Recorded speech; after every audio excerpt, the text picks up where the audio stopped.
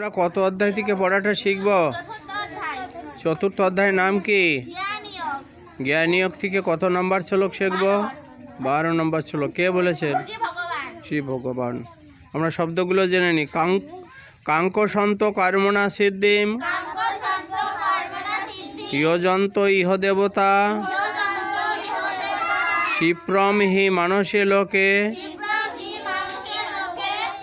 সিদ্ধির ভবতি কর্মজা। কাঙ্ক সন্ত কর্মণা সিদ্ধিম ইয়জন্ত ইহ দেবতা ক্ষিপ্রম হি মানসে লোকে সিদ্ধির ভবতি কর্মজা। কাঙ্ক সন্ত কর্মণা সিদ্ধিম ইহ যন্ত ইহ দেবতা ক্ষিপ্রম হি মানসে লোকে সিদ্ধির ভবতি কর্মজা। কাঙ্ক সন্ত কর্মণা সিদ্ধিম ইহ যন্ত ইহ দেবতা ক্ষিপ্রম হি মানসে লোকে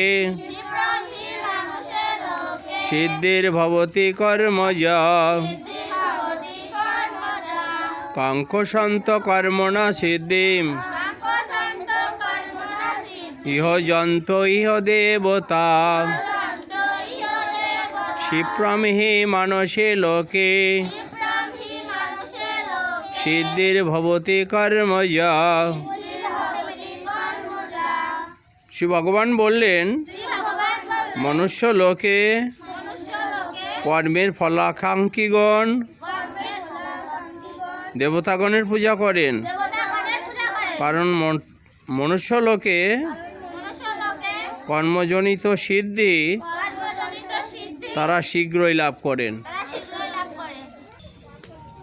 নমস্কার, আমার নাম সেতু দাস। আমি এখন চতুর্থ অধ্যায় জ্ঞানীয়ক থেকে 12 নম্বর শ্লোকটি পাঠ করব। শ্রী ভগবান উবাচ, কাঙ্ক সন্ত কর্মণা সিদ্ধি ইহ যন্ত ইহ দেবতা ক্ষিপ্রম হি মানুষে লোকে সিদ্ধি ভবতি কর্মজা।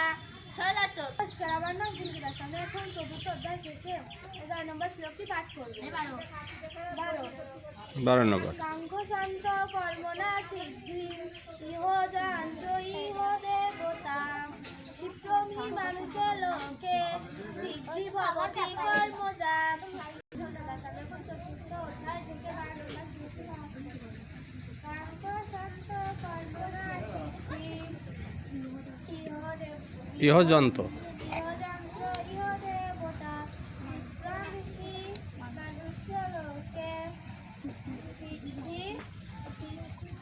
সিদ্ধির ভবতি।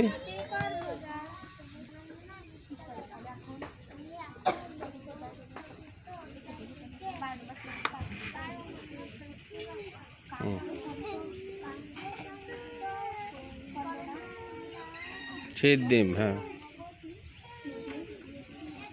ইয়জন্ত ইহ দেবতা, হ্যাঁ হ্যাঁ, সিদ্ধির ভবতি।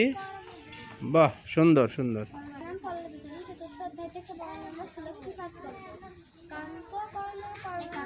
কাঙ্ক সন্ত